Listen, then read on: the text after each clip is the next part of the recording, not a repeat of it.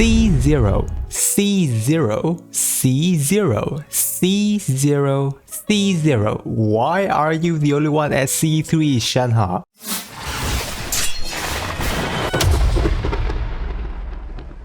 Hey everyone, SuperaTom here, and so today we have a video specifically on Shenhe in which I will basically review her after a whole week of everyday testing her out, and a discussion on why I think our beautiful Shenhe here is going to be very valuable in the near future. Now, before you have mixed opinion about the video, I just want to make a disclaimer that everything I say in this video is purely my opinion as well as basing on my own experience of playing the character on my account. So guys, please take everything here I say with a grain of salt, and it's your choice to believe what I will be talking about. Now, if you have been playing Shenhe and watched other content creators guide on her, you probably have heard many saying Shenhe is good but not a must pull, in which I say it's correct, but I will just adjust to the saying a bit in that Shenhe is very good but not a must pull at this point. Maybe it's due to my personal preference of playing her, but here's what I mean by that. If you go around asking the people who got Shenhe on their account, no one up until this point will regret having her. At least that's what I've seen. Those who've regretted will most likely because they don't have Ganyu or Ayaka, who benefits a lot from Shenhe. Now, as you may have known, Shenhe has a cryo support who gives you Icy Quill stack from her E skill that enhances your cryo damage based on her own attack for the next 5 to 7 cryo attack for each of your members, depending on whether you press or hold down her E skills. And not only that, her passive gave her the ability to boost your elemental skills and burst by 50% when you press E, and your normal and charge and plunging attack by 15% when you hold E, which is a very nice boost. Furthermore, her burst decreases cryo and physical resistance up to 15% at max talent, while also giving you 15% cryo damage bonus. But not only that, her burst deals cryo damage over time, therefore helping you apply cryo elements as well. And so just by looking at her kits alone, we can already see that she's giving your cryo team a lot of attack buff, especially her Icy Quill, which is the main trait of her kit, as you will see quite a significant difference in your cryo damage when this is applied.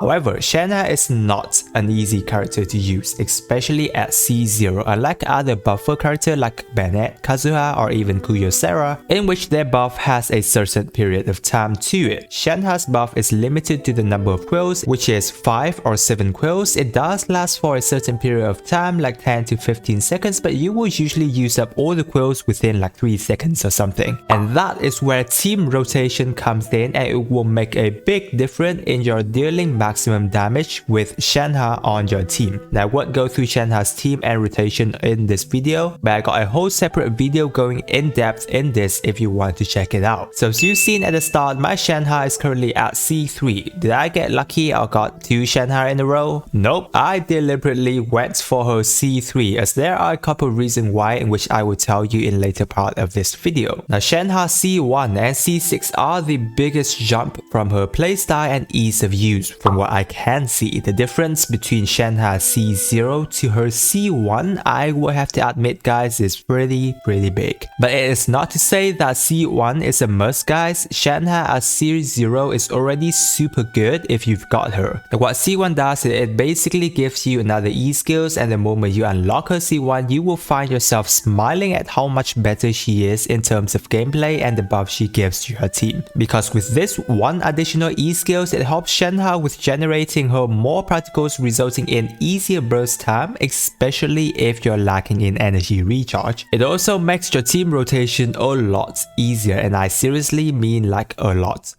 because if during the battle you mess up a rotation and pressing her E skill at the wrong time, you have another chance. Or if you're playing her in a switch team, then you'll be finding her skills be up most of the time. And that's not all. The biggest thing that C1 gives is technically give you more quills. Now, it doesn't add up quills together, like if you press the skill twice, you could get like 14 quills if you hold it twice. However, you can switch to Shenhe to reactivate the quills the moment it is used up for the first time, because it doesn't matter when you use her quills, the moment you activate it, even if the character burst is going on, it will still be counted. This is especially good for Ayaka, as to how I will show you in a demonstration in this clip right here.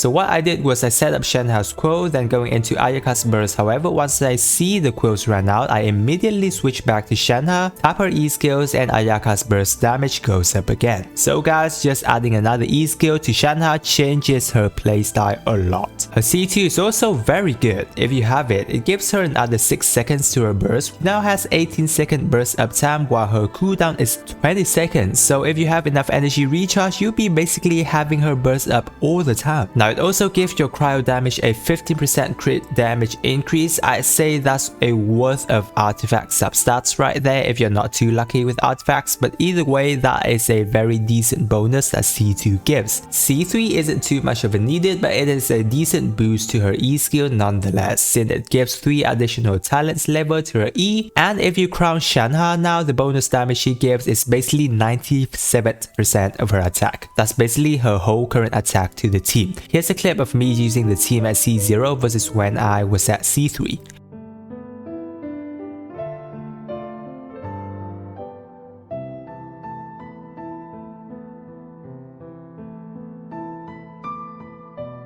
We saw that there's a huge difference in Ganyu's damage, and since we have an additional E from C1, Ganyu will be able to deal more buff charge shot. And those are the talent I got to test right now. Now on to her C4, her E basically gets a damage boost whenever your team uses her quills. It gives stacks, and once you use Shenhe's E, she will consume those stacks, dealing more damage, and it has 50 stacks in maximum, which means that you will basically cannot get maximum stacks unless you're at C6. So unless you're going for either C6 or you want her to be more of a viable DPS, then C4 isn't too good. C5 increases her burst talents, and C6 is where Shenhe goes absolutely insane. Normal and charge attack won't be counted toward quill's trigger quota. In other words, your cryo, normal attack, and charge attack will always get Shenhe's buff. Okay, so if you've noticed in the past few patches, MiHoYo started working on very niche support for different elements. We have Sarah for Electro, but more like a C6. We've got Goro for pure Geocomms, and C6 Bennett for Pyrocomms. Now guys, unless you love Mono Pyro team, please don't C6 this guys. It's one of the worst decisions on your account. And now we have Shenhe as a cryo support and the first 5-star character to have a support like this. And so the trend is just going to continue like this, as I'm sure they won't be creating another quote-unquote Bennett in the game anymore, because he's actually a 6-star character who's labeled as a 4-star that has access to universal support. In the future, support are going to be less universal and only element focused, which puts Shenhe in a very good position as a main cryo support from now, or at least until MiHoYo decide to create another cryo support that buff attack. We do know that they are really good support character in cryo element, especially Kaya and Rosaria, but as far as buffing cryo damage goes, there is only Shenhe, in which she can also run on the same team as Kaya and Rosaria, enhancing their damage even further because she buffed every cryo attack from all party members. You guys saw at the start that Shenhe is the only character that I went for Constellation at this point in time, obviously other than my Yu-Peng who is C6. I always look for the best investment I can make on my account, and after seeing Shenhe's Constellation, I have to admit that her Constellation is better than most other character cons, especially DPS characters, because DPS cons normally enhance their attack while Shenhe cons help your whole team enhance, which is why I invested. This again is totally down to player preferences, because I know that there are other constellations where you guys think are worth it for your characters. However, with the situation that Shenhe is in as a soul attack buff for cryo character, we can go as far as saying that she's a cryo Bennett. At this point in time, we might not have that many cryo characters yet, even though all the cryo characters in the game fully benefits off of Shenhe already. Heck, even Diona, who doesn't deal much damage, now with Shenhe's buff, she actually has access to damage on a whole different level. So think about it, we have yet to even got the cryo region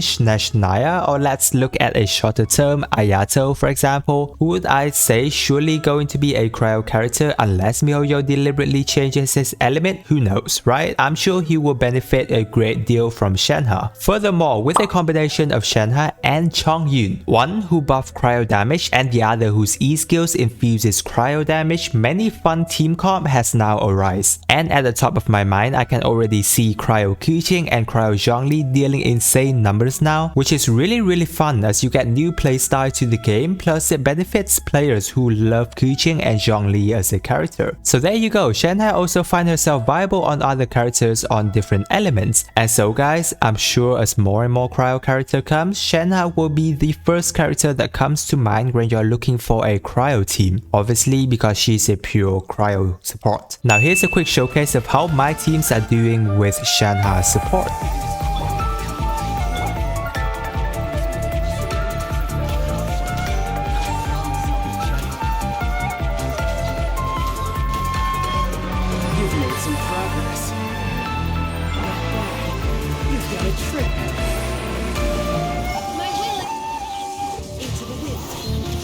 All you do is run. Break!